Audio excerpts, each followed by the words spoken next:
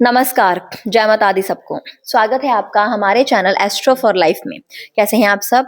उम्मीद करते हैं कि आप सब ठीक होंगे, खुश होंगे। आशा करते हैं कि आप सभी को हमारी वीडियोस पसंद आ रही होंगी।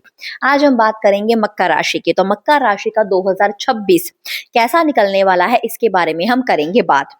देखिए, मकर राशि का जो राशि स्वामी है वो है शनि महाराज।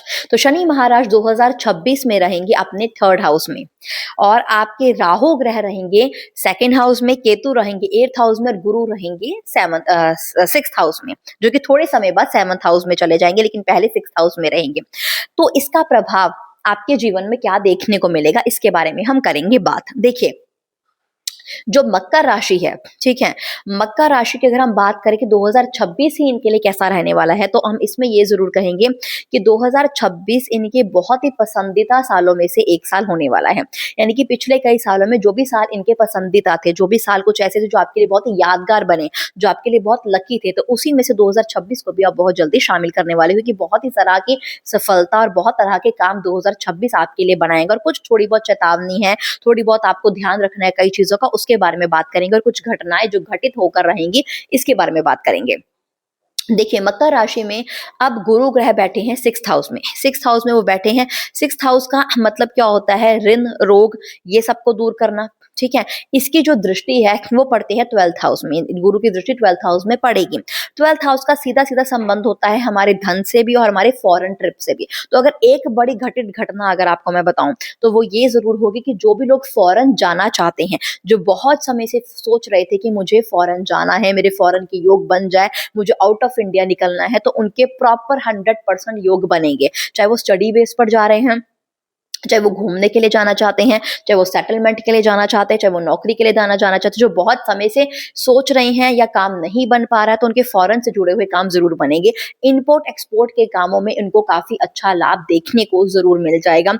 इनके रोग, ऋण, शत्रु हैं, तो इनसे भी इनको मतलब बहुत तरह का क्या कह सकते हैं लाभ देखने को मिलेगा। ऋण भी उतरने लगेगा, रोगों से भी मुक्ति मिलेगी, और दुश्मन इनका कुछ बिगाड़ नहीं पाएंगे। गुरु का आपको सपोर्ट रहने वाला है।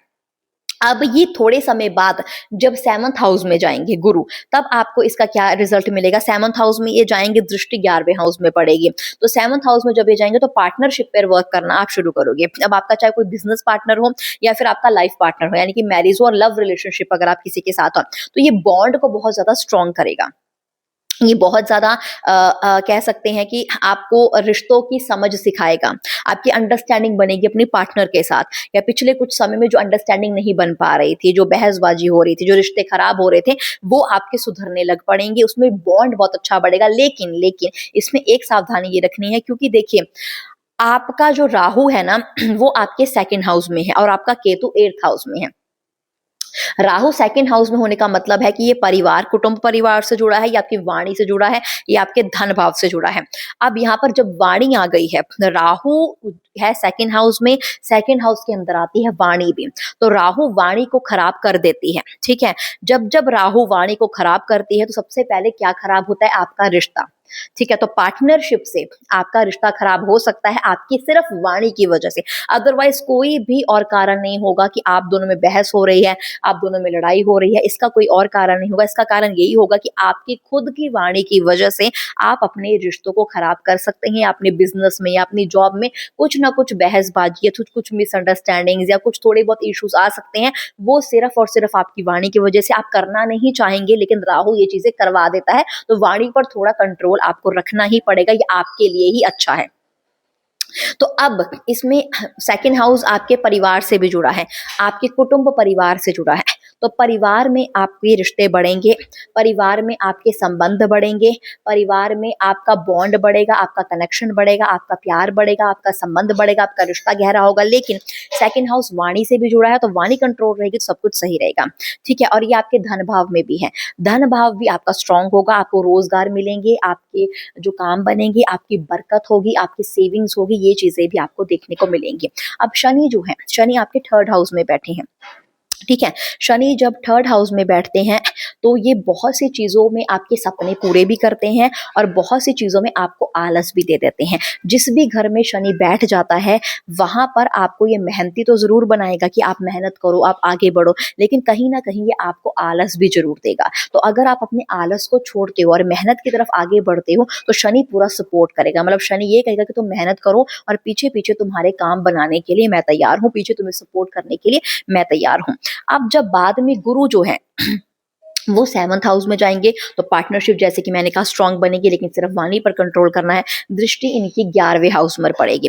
11वें हाउस का मतलब होता है डिज़ायर का हाउस, आपके सपनों का हाउस, आपकी मनोकामनाओं का हाउस। तो प्रॉपर्टी या घर से रिलेटेड अब दूसरी घटना आपको महत्वपूर्ण बता रहे हैं, या फिर आप प्रॉपर्टी से रिलेटेड कोई डील फाइनल करोगे या फिर घर से रिलेटेड कोई डील फाइनल करोगे। यानी कि प्रॉपर्टी से जुड़ा हुआ कोई काम, नया काम शुरू कर सकते हो, या फिर आप अपने घर में रेनोवेशन करवाना, या फिर नया घर लेना, या फिर नए घर की डील पक्की करना, ये चीजें आपको देखने को जरूर मिल जाएंगी। तो पहला तो फॉरेन ट्रिप, और दूसरा या प्रॉपर्टी या फिर वाहन से जुड़ी हुई कोई खुशखबरी आपको जरूर देखने को मिल जाएगी, जो कि आपके लिए बेहद बेहद बेहद शुभ रहेगी। केतु आपके 8th हाउस में है।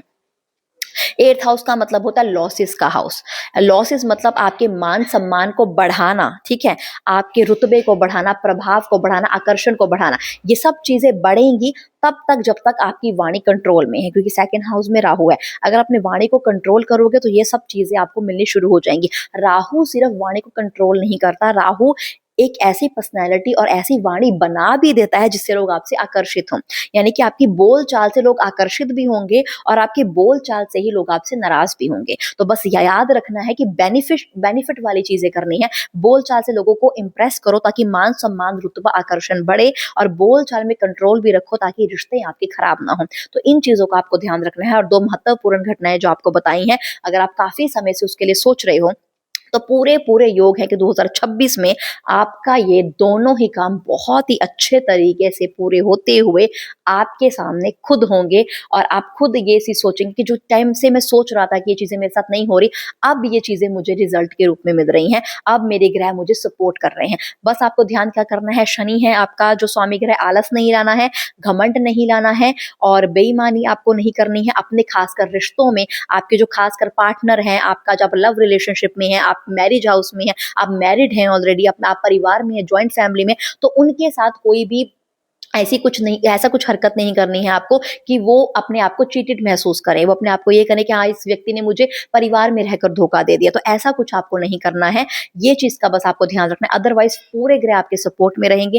2026 आपका ही साथ रहेगा और बहुत शुभ फल आपको देने वाला है, बहुत ही अच्छे रिजल्ट आपको मिलने वाले हैं। इसी के साथ इस वीडियो को यहीं पे समाप्त करते हैं। उम्मीद करते हैं आपको हमारी वीडियो अच्छी लगी होगी। अगर आपको हमारी वीडियो अच्छी लगी तो इसे लाइक करें, कमेंट करें, हमारे चैनल को सब्सक्राइब करें। शुक्रिया।